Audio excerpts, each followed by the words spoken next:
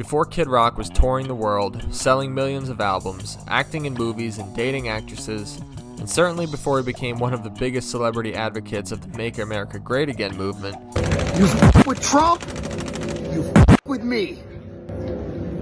He was cutting his teeth in Detroit and the surrounding area from a very young age. He wasn't content living the safe life with his middle upper class family on their giant property in Romeo, Michigan.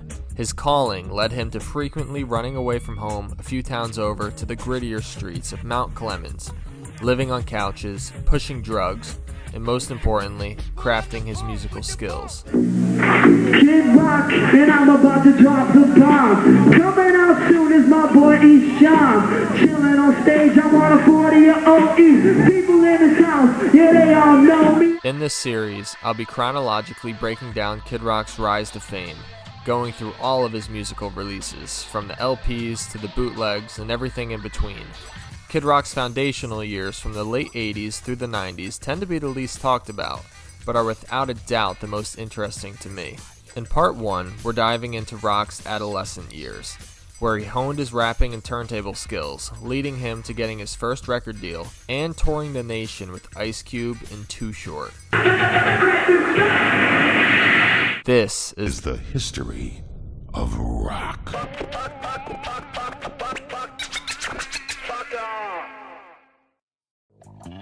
Rock was born into a hard-working, middle-upper-class family in Romeo, Michigan, about 45 minutes north of downtown Detroit. His father was well known as one of the most successful car dealership owners in Michigan, and a little foreshadowing here, but most fans know this line.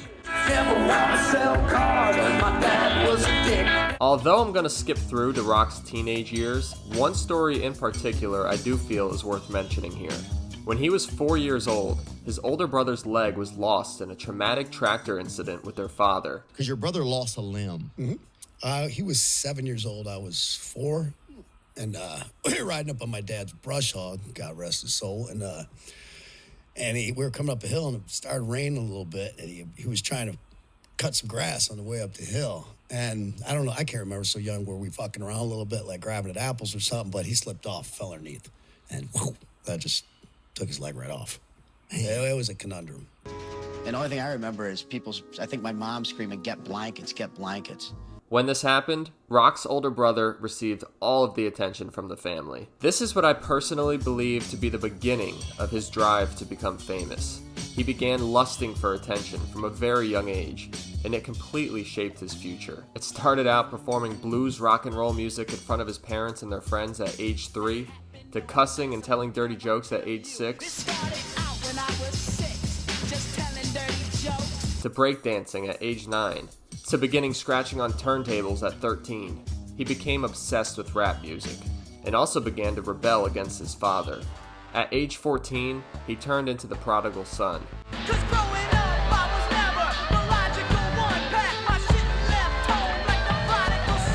Leaving home willingly, or sometimes getting kicked out, and finding himself on the streets of Mount Clemens, a half-hour south of his hometown of Romeo. His first time getting kicked out, he didn't tell his parents where he was for 3 weeks. His parents, as he describes it, are as white as it gets. My dad's the whitest guy in America. So them having their son bopping around the streets of the hood had to be wild. Being obsessed with rap and hip-hop music, he wanted to immerse himself into the street culture. He was drinking 40s on the side of the road, DJing, taking the bus to Detroit to shop for records, hanging out at the barbershop, hanging out with drug dealers, became a drug dealer. He was legitimately pushing crack, but never smoked it at the time. He wanted to hang out with black people and listen to their music. He didn't want to cut grass or pick apples on his parents' farm anymore. Moved out the crib cause I hated cutting grass. Artists like the Sugar Hill Gang, Grandmaster Flash, Run DMC, Kool Moe Dee, Houdini, and the Beastie Boys were among his biggest hip-hop influences. Of course, he had some blues rock and roll influences as well from his parents, artists like Bob Seger and Jim Croce, but we'll get more into that later on in his story. The Detroit area was quite an exciting time for music in the 1980s and 90s. It was best known for its hip-hop in the mid-90s, but all genres were thriving there. Rap, funk, grunge, a little bit of everything. Just what Kid Rock would have preferred. At age 15, he began rocking basement parties in the hood, and gaining some respect on the streets.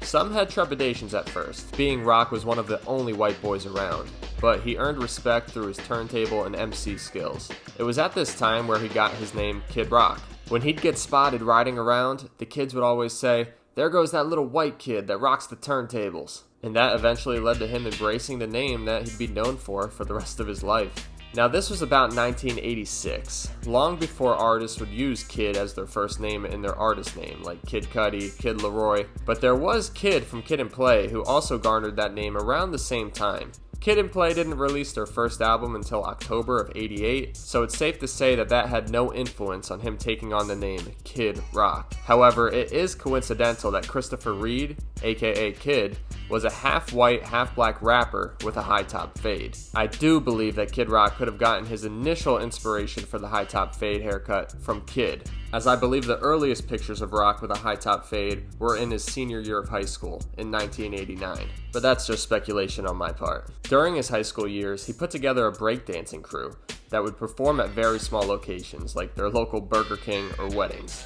Although he was the first in the group to shy away from dancing and began being the group's MC instead. In 1988, that's when Rock got his first professional gigs outside of the basements or Burger Kings. Upon my research, there's only one show pre-1990 that's been documented. That was in June of 1988, with Rock at 17 years old. When you hear the story of what went down during this show in particular, you're gonna have no choice but have the utmost respect for Kid Rock's attitude, work ethic, and confidence. A Detroit local during this time told me his personal account from the night, but he'd like to remain anonymous. Kid Rock was the opening act for this small concert with D-Nice, KRS-One, and Boogie Down Productions. This particular lounge in Detroit was very black, and it's safe to assume Kid Rock was the only white boy in the joint that night. A man called Antlive, a Detroit hip-hop dude, was selected to be the MC of the night, introducing each of the artists. When he started the show, he introduced Rock as a white boy, and apparently made some negative jokes at his expense to get the crowd riled up. And this would be something that Rock would have to get used to. Even after he blew up, the people that were presenting him before he performed at award shows would do the same thing. Take off your thinking caps and lower your standards. It's Kid Rock! There was some hostility in the air, but Kid came out and by the end of his short set, had the crowd on his side. He performed 5 songs, 2 of which being a cover of My Adidas by Run DMC, and his own song, titled Rabbit Got the Gun at the time. That was an original track that he wrote most likely in early 1988, that was left on the cutting room floor for his first album. KRS-One and D-Nice both took notice of how Kid Rock handled this situation, where probably 95% of people would have cracked under the scrutiny and pressure, especially at age 17, and they knew that this kid had what it took to make it someday. Rock also made sure to mean mug Antlive after his performance to show him what's up. A few days later, Rock opened for Boogie Down Productions again, but this time at Joe Louis Arena, a 20,000 capacity building. For that show, he did a few songs that ended up on his debut LP, and a few that didn't. Recently, Antlive told his personal perspective of this story, and I'm going to play it mostly unedited right now because it's an absolutely amazing story and a critical piece of Kid Rock lore. Back in 1987-88, KRS-One came to a club in Inkster, Michigan, right? I was 17 years old, right? Dig this is some real hip-hop shit. This is a real story. I asked my man, who was the cousin of the promoter who was putting this show on, could I perform? The guy told me when I was 17 years old, he was like, nah man, we got all the artists already performing, but you can host the show. I couldn't perform as a rapper, but I hosted the show, right? Now hold on, the story got a twist. I'm from Detroit, Michigan, so Detroit, Michigan is a black city. You follow what I'm saying? And in Inkster, where the show was being performed, that was even blacker. So they said, yo, we got this one rapper coming out before Boogie Down Production Raps, and they had D-Nice, and they had KRS-One, and they had Willie D, and Miss Melody. They had all of them there, right? They said this one rapper is gonna come out and perform. I want you to bring him out before you bring KRS-One out to perform. So I brought that rapper out. Now, I told you Detroit is a black city, right? But the rapper I brought out was a young kid with a high top this far up, and his name was Kid Rock. I swear to God, this is a real story. So listen, being from Detroit and I never hosted before, I wanted to give this kid a special announcement to the crowd, right? So at 17, I ain't never hosted a hip hop show. I say, yo, come into the stage, y'all. This kid can rap. This white kid. And as soon as I said white kid, everybody in the crowd went, boo. I swear to God, this is a real story. Y'all follow me, right? I wasn't hating. I thought if I said this was a white rapper, the crowd would go even crazier, right? That's what my mind said. But it worked in reverse. So I had already, when Kid Rock comes out to rock, he tore the fucking crowd up, right? Right? I remember, because I'm waiting on the side of the stage, I remember walking off the stage, and when Kid Rock came out to the side, he walked right by me and he looked at me like a mean mug, like a motherfucker, like, yeah, motherfucker, you see what you did? But I didn't have no malice in my heart. I was just trying to pump him up. So this is what happens. He walks off the stage, D-Nice from Boogie Down Production talks to him, KRS-One talks to him, and I want to say not even a year later, he comes out with the record on Jive Records, the same record label that Boogie Down Production on. KRS-One and D-Nice that got him a record deal. That's Kid Rock, y'all. Give it up for hip-hop, man. As you can see, Antlive in the year 2024 remembered his intro of Kid Rock to be without any disses. But that's up for debate, especially considering he admitted to dissing him in this video description in 2015. Regardless, I believe this to be one of the most pivotal performances of his career. KRS-One, D-Nice, and Boogie Down Productions were all signed with Jive Records, so you know they played a huge part in getting Rock signed a year after this concert took place. And another thing courtesy of Antlive's YouTube channel is a clip of them linking up in 2005, reminiscing over that night. This is Kid Rock. Yeah. I knew Kid Rock when he first started, before he even got his deal. Yeah. He was performing at the Inkster Club. He was a host. Okay. D-Nice is the one who got him in with Jive, and this is what you got. You got the world famous Kid Rock. Wow, right here. You're the one. Because of you. I always tell people, hey, I know Kid Rock before he was Kid Rock. When he was hip-hop, that high top thing, everything. I was just boy rock. So from the ages of 15 through 18, that's when Kid Rock was truly cutting his teeth. He had his name, he had his game, and immediately after graduating high school, he got his first record deal with Jive Records at the age of 18 in 1989. Robert James Ritchie.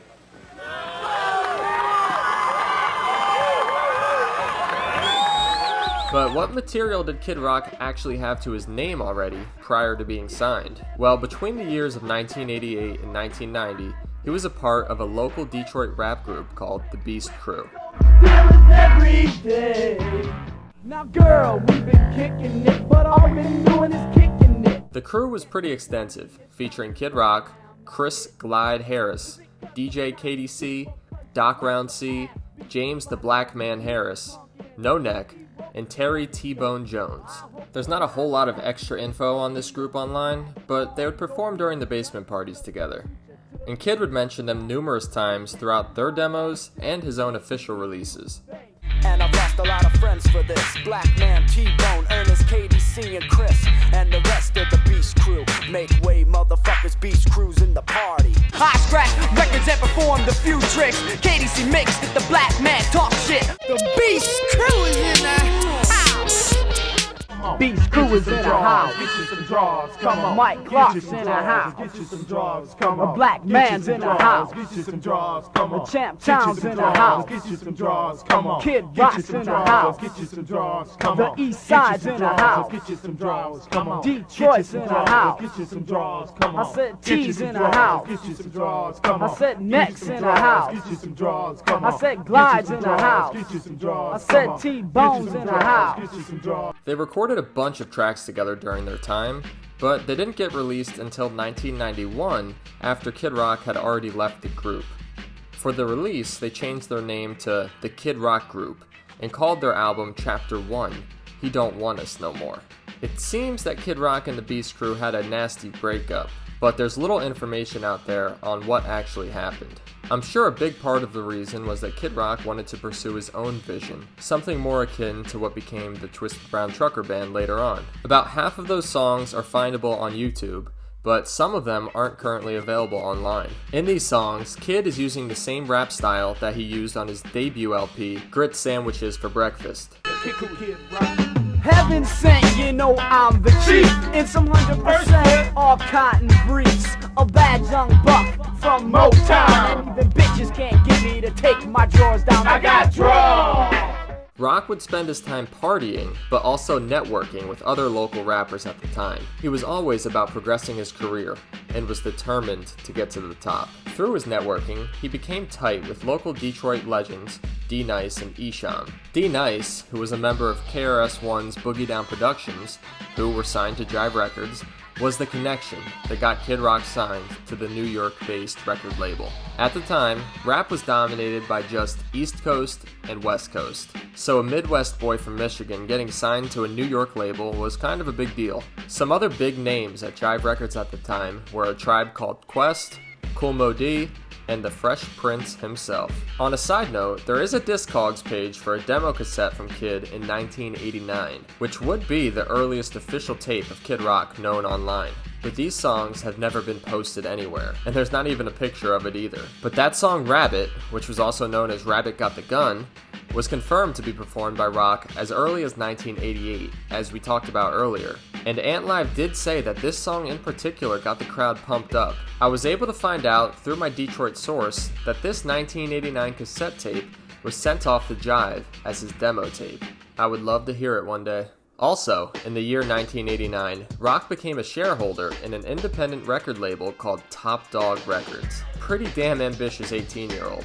Later, that investment would become a 25% ownership stake, and he'd take it to the court of law to win sole ownership of the label in 2005. Kid Rock has been a part of this label for every moment of his career. Who be the largest, hardest, smartest label in town? Top Dog, get down! Just prior to getting signed to Jive and releasing his debut LP, Kid linked up with up-and-coming producer Mike E. Clark.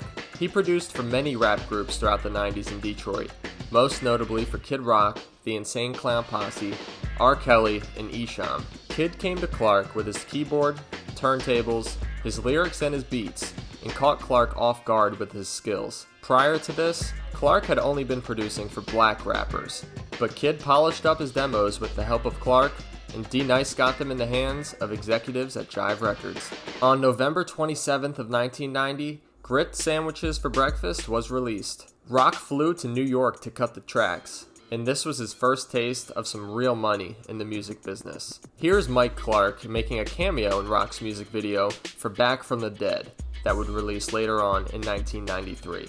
Mike E. Clark only got production credits for one track, that being the most popular track off this album and the lead single, Yodelin' in the Valley. Funnily enough, a college radio station in New York was fined $23 grand by the FCC for playing the song on their airwaves. Two other big names were also involved with the production of this record, D-Nice and Too Short. Too Short being another heavy hitter on Jive Records at this time. I think the most notable sense of production on this album is on Wax the Booty, produced by Too Short. It's probably the dirtiest song on this album, and that's saying something because half of these songs are explicit as hell. Too Short even throws Rock a signature biatch.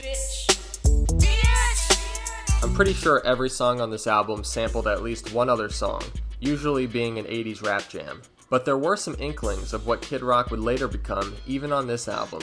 A Doobie Brothers guitar riff on With a 1-2, and nods to both Jim Croce and Ozzy Osbourne on New York's Not My Home.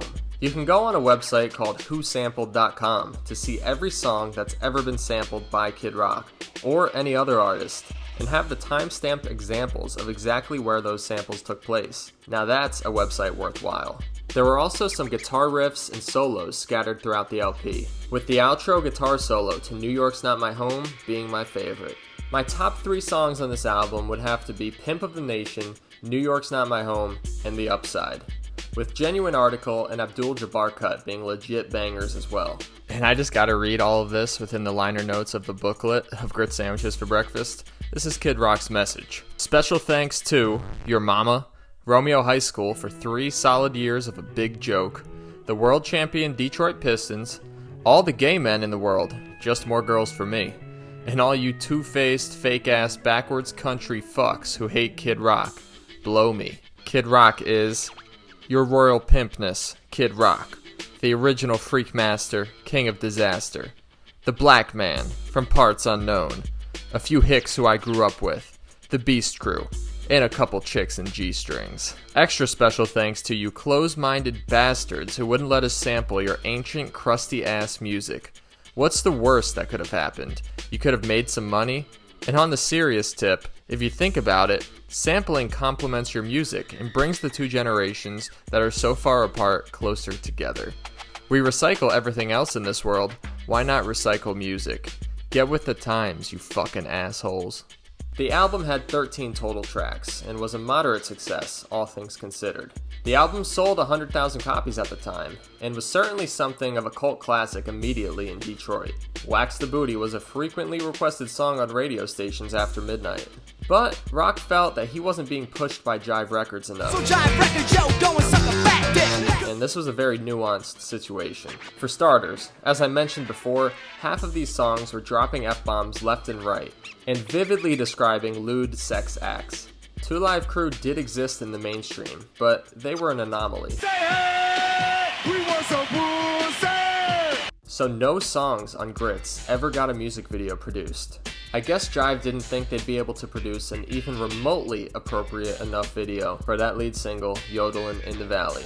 That was not going to get on TV. But I do seriously think that the Genuine Article could have been a really cool single. It keeps the cursing to a minimum, and it's a damn good song. Also, The Upside is a top-tier 80s, 90s rap jam, and also has little profanity. It's got a super catchy hook, definitely could have been a single. But this album only got 1 single, and no music videos. So from that perspective, Rock is right, he didn't get a push. But Jive did help him out by throwing him to the wolves, putting him as the opening act for the Straight from the Underground tour, a tour headlining Ice Cube, D-Nice, Yo-Yo, Too Short, and the Ghetto Boys. Kid Rock's DJ for this tour, and for much of the early 90s, was the Blackman, a fellow member of the Beast Crew. Oh yeah, I go by the name the Blackman. We had a deal. You bring one act, I bring one act. He brought Yo-Yo. Yep. I brought Kid Rock.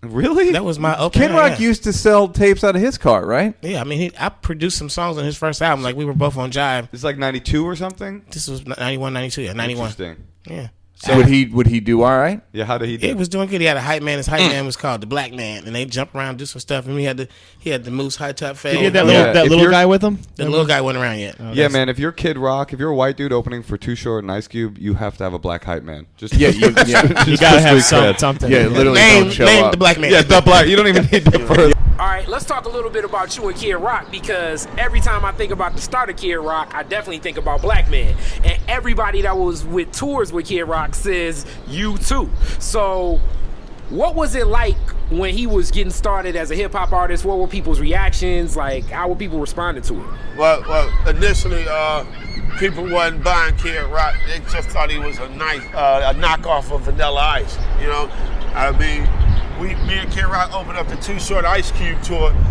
after Too Short left. I mean, after Ice Cube left NWA. You know, so Cube out promoting America's Most Wanted, his first LP, and me and Kid Rock made a record called Grit Sandwiches for Breakfast, which was on Jive RCA. So yeah. Even when Ice Cube quit NWA, the first time he went out on tour, I went with him. He brought Yo-Yo. And they said, who you want to bring? And I was like, I'm bringing Kid Rock, because he had it, and I knew he was on to something, and we had already worked together, and I seen his show before, and I knew that he did like some real funny, silly shit on stage. He had a guy from Detroit with him called the Blackman, and they did a show, and it was, I bet you if you ask him right now what that did for his career, he'll probably say at the time, it did nothing, but that experience, he had to go on, he was an opening act. Here you are, a white boy with the high top fade and Probably a lot of people in the crowd, you know, they came to see Too Short and NWA. Probably the whole crowd wasn't even there yet. And motherfuckers like, what's this white boy up there doing? That probably like molded him into the Kid Rock he is now. That probably was like the first time he just stepped out and had to fucking like just do it. He would come on and they'd be like, what the fuck you about to do? And then by the time he finished, they'd be like, we like this white boy. So I feel like every time I've seen him since then, he always shows me love. So he probably truly appreciated the experience. Rock surprised everyone. Guy has skills behind the turntables. He had a DJ setup and he did some scratching and he was straight up legit. His set won over the crowd. Total respect. Talk about a test. From basement parties in the hood to clubs around the nation. There's very little footage of Kid Rock performing live for much of the early 90s, and nothing from this 1990 tour. But there is a full show from 1991 floating around on YouTube, among other clips from various sources. I can't recommend enough watching that 1991 show. Kid Rock's stage performance skills were already in full effect, making pretty much every single song he performed a little bit different from the studio versions with some extra creativity. And his wind was incredible. His DJ wasn't trading off lines with him like Uncle Kracker or Paradigm. And these were all long-versed rap songs that he performs with insane energy, incredible stamina, and he doesn't miss a line. But there was one other monkey wrench that turned out to be the biggest reason for Jive Records to cut Rock loose: the Vanilla Ice problem. Vanilla Ice's debut album, To the Extreme, released a couple months before Grits did in 1990, and Ice went mainstream real quick.